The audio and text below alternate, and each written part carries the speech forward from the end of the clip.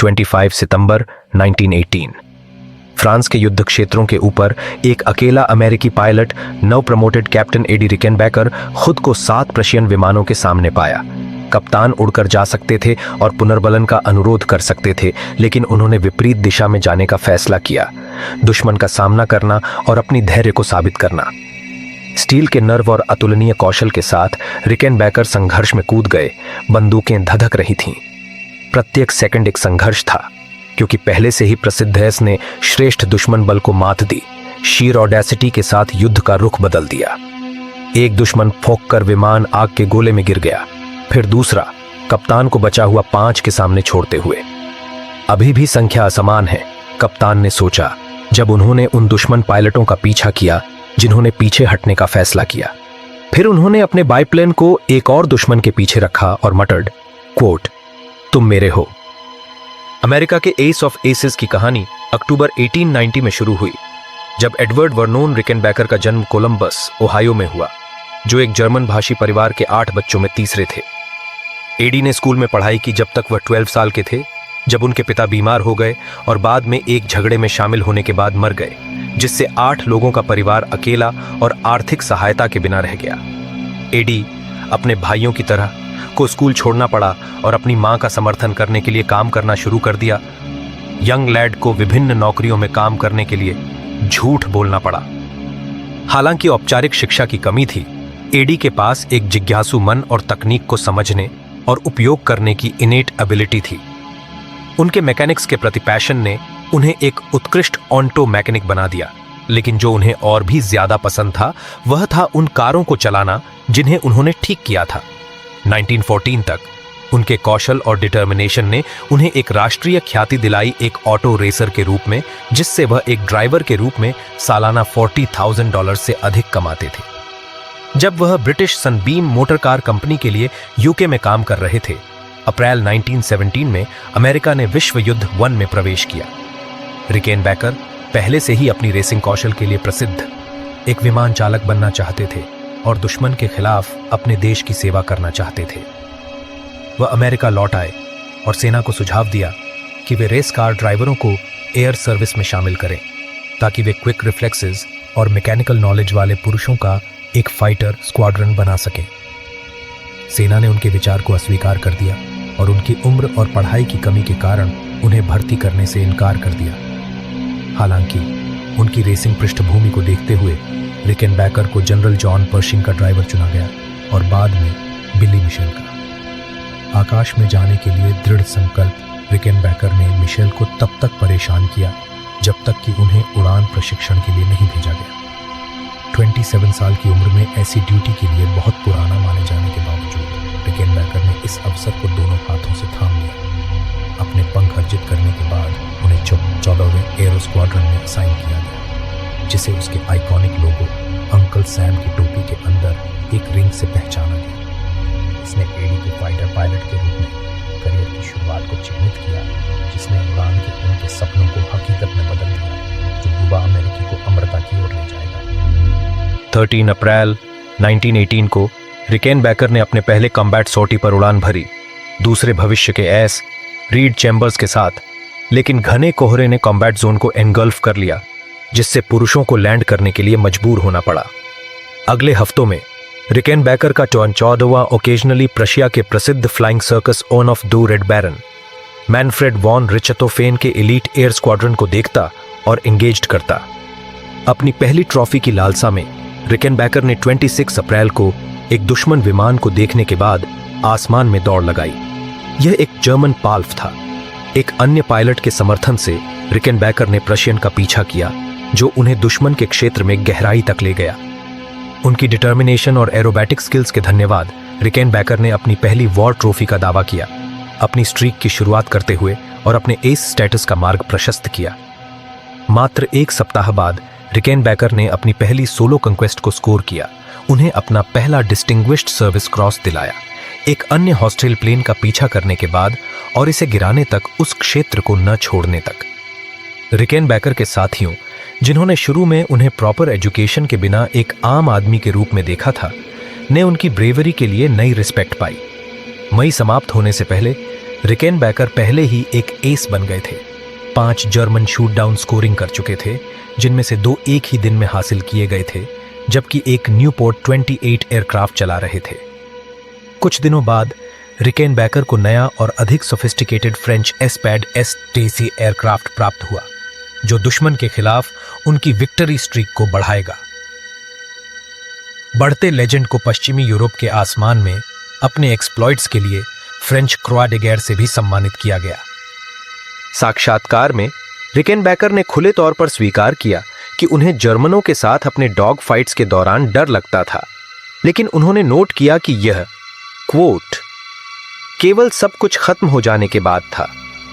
रिकेनबैकर की टेक्निक में उनके टारगेट्स के जितना संभव हो सके उतना पास जाना शामिल था, उन पायलटों की तुलना में अधिक करीब जाना जो डेयर्ड से पहले अपने मशीन गन से टोटल डेवास्टेशन अनलीश्ड करने से पहले। यद्यपि प्रॉस्परस अधिकांश समय इस स्ट्रैटेजी ने कई हैरोविंग एक्सपीरियंसेस को जन्म दिया, वाइल्डली जब उनके बंदूकें क्रिटिकल मोमेंट्स में जैम्ड हो गईं डॉग फाइट के दौरान दुश्मन के खिलाफ। फिर भी लड़ाइयों के दौरान जर्मनों के खिलाफ भाग्य ने हमेशा युवा व्यक्ति का साथ दिया। 30 मई को रिकेनबैकर ने अपने नए एस्पीड S-30 बाइप्लेन फाइटर का अच्छा उपयोग किया, अपनी 6ठी एयर विक्ट्री स्कोर की।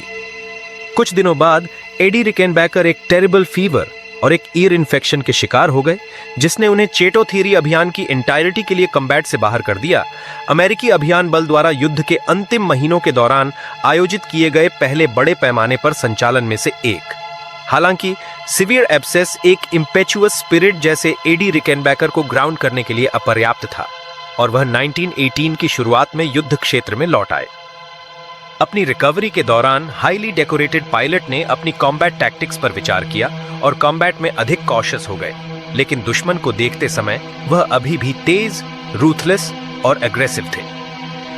14 सितंबर को रिकेनबैकर ने अपनी 7वीं विक्ट्री का दावा किया, दुश्मन फोक्कर DVII के खिलाफ एक डॉग फाइट के दौरान। युद्ध में लौटने से प्रेरित रिकेनबैकर ने मोमेंटम बनाए रखा और अगले दिन एक और प्रशियन फाइटर को गिरा दिया, जिससे उन्हें अपना 6ठा डिस्टिंग्विश्ड सर्विस क्रॉस और कैप्टन के रैंक के लिए पदोन्नति मिली। अधिक महत्वपूर्ण बात यह है कि सेना ने कैप्टन रिकेनबैकर को 94वें एरो स्क्वाड्रन की कमान के साथ पुरस्कृत किया। आदमी जिसने कुछ भी नहीं से ऊपर उठकर अपनी पूरी करियर में अधिक खुशी नहीं पा सकते थे। उनकी पदोन्नति के दिन कैप्टन रिकेनबैकर ने प्रशियन लाइनों के पास एक सोलो पेट्रोल के लिए स्वेच्छा से उड़ान भरी।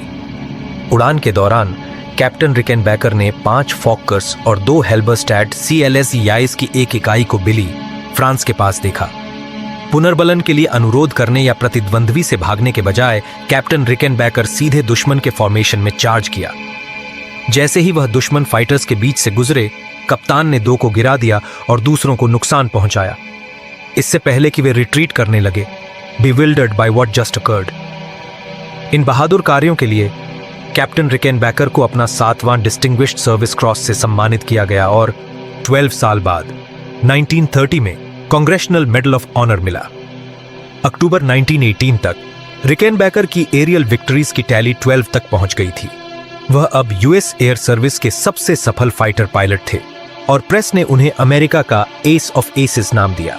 हालांकि रिकेनबैकर इस शीर्षक के साथ गहरे डिस्कम्फर्ट को छिपाए हुए थे, believing that the honour carried a curse that would cost him his life. वह शीर्ष एस के रूप में नामित किए गए पिछले 3 पायलटों के भाग्य को नजरअंदाज नहीं कर सकते थे जो मर गए थे।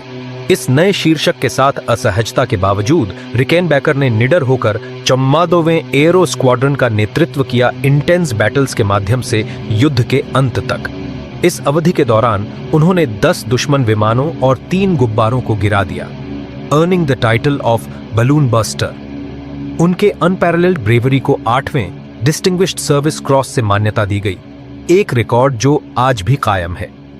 रिकेनबैकर ने अपने वॉर सर्विस को एक एस्टोनिशिंग 26 एरियल विक्ट्रीज के साथ समाप्त किया, अपनी स्टेटस को अमेरिकन एस ऑफ एसेस के रूप में सीमेंटिंग किया और 300 कॉम्बैट आवर्स और 130 एयर एनकाउंटर्स के बाद मेजर का रैंक अर्जित किया। हालांकि सेना ने उन्हें एक्टिव ड्यूटी छोड़ने पर पदोन्नति दी, रिकेनबैकर ने humbly declined to claim the title, believing his, quote, rank of captain was earned and deserved. अपनी बाकी जिंदगी के लिए जनता ने उन्हें प्यार से कैप्टन एडी कहा। रिकेनबैकर एक हीरो के रूप में घर लौटे, लेकिन दूसरों की तरह अपनी महिमा नहीं की।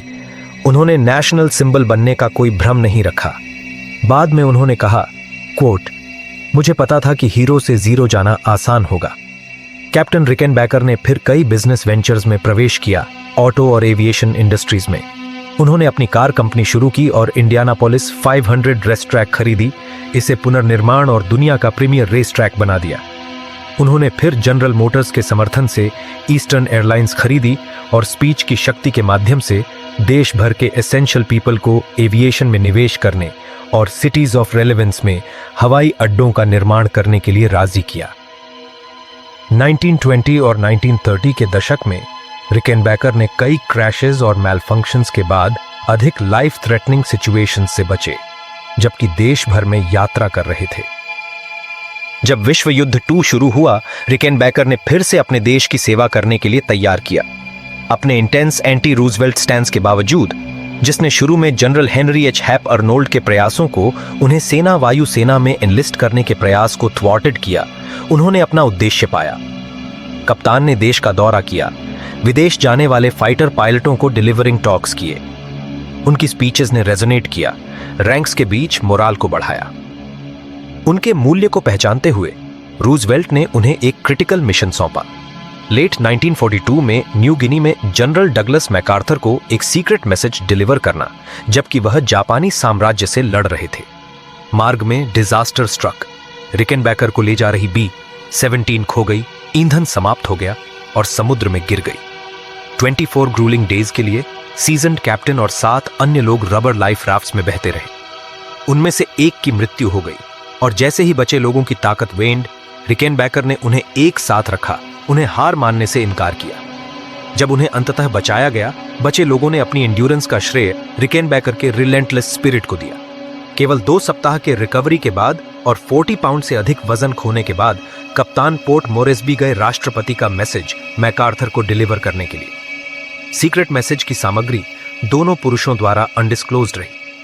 प्रशांत महासागर में अपनी ग्रूलिंग ऑर्डियल के बावजूद रिकेनबैकर अपने देश के लिए और अधिक करने के लिए तैयार थे और 1943 में सरकार से अनुरोध किया कि वे सोवियत संघ का दौरा करें ताकि वे एयरक्राफ्ट और एविएशन फैसिलिटीज का निरीक्षण कर सकें, जिन्हें वे अमेरिकी फुटप्रिंट्स और फाइटर डिजाइन्स के साथ बना रहे थे। अनुमति मिलने पर उन्होंने एक डेयरिंग जर्नी पर एम्बार्क किया।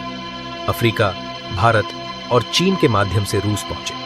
वहां पहुंचने पर रिकेनबैकर के एक्सपर्टीज ने उन्हें सोवियत सेना का रिस्पेक्ट दिलाया। उन्होंने aircraft supplied through the lend lease programme के बारे में क्रिटिकल रिकमेंडेशंस की और एक इल्यूशन इल-2 स्टर्मोविक फैक्ट्री का दौरा किया। अपनी मिशन पूरी करने के बावजूद यात्रा को मोस्ट फेमसली मार्क्ड उनके inadvertent disclosure of the secret B-29 superfortress project to the Soviets द्वारा किया गया। नॉनदलेस, रिकेनबैकर को युद्ध के दौरान उनके इनवैल्यूएबल कॉन्ट्रिब्यूशंस के लिए मेडल ऑफ मेरिट से सम्मानित किया गया। कैप्टन एडी रिकेनबैकर घर लौटे और ईस्टर्न एयरलाइंस और अन्य बिजनेसेस को चलाना जारी रखा, 1963 में सेवानिवृत्त होने तक। फिर उन्होंने अपनी मेमोइर्स पर काम करना शुरू किया और शीत युद्ध के हाइट के दौरान देश भर में कम्युनिज्म के खतरों के बारे में बात की। 1972 में उन्होंने एक स्ट्रोक सहा लेकिन जीवित रहे।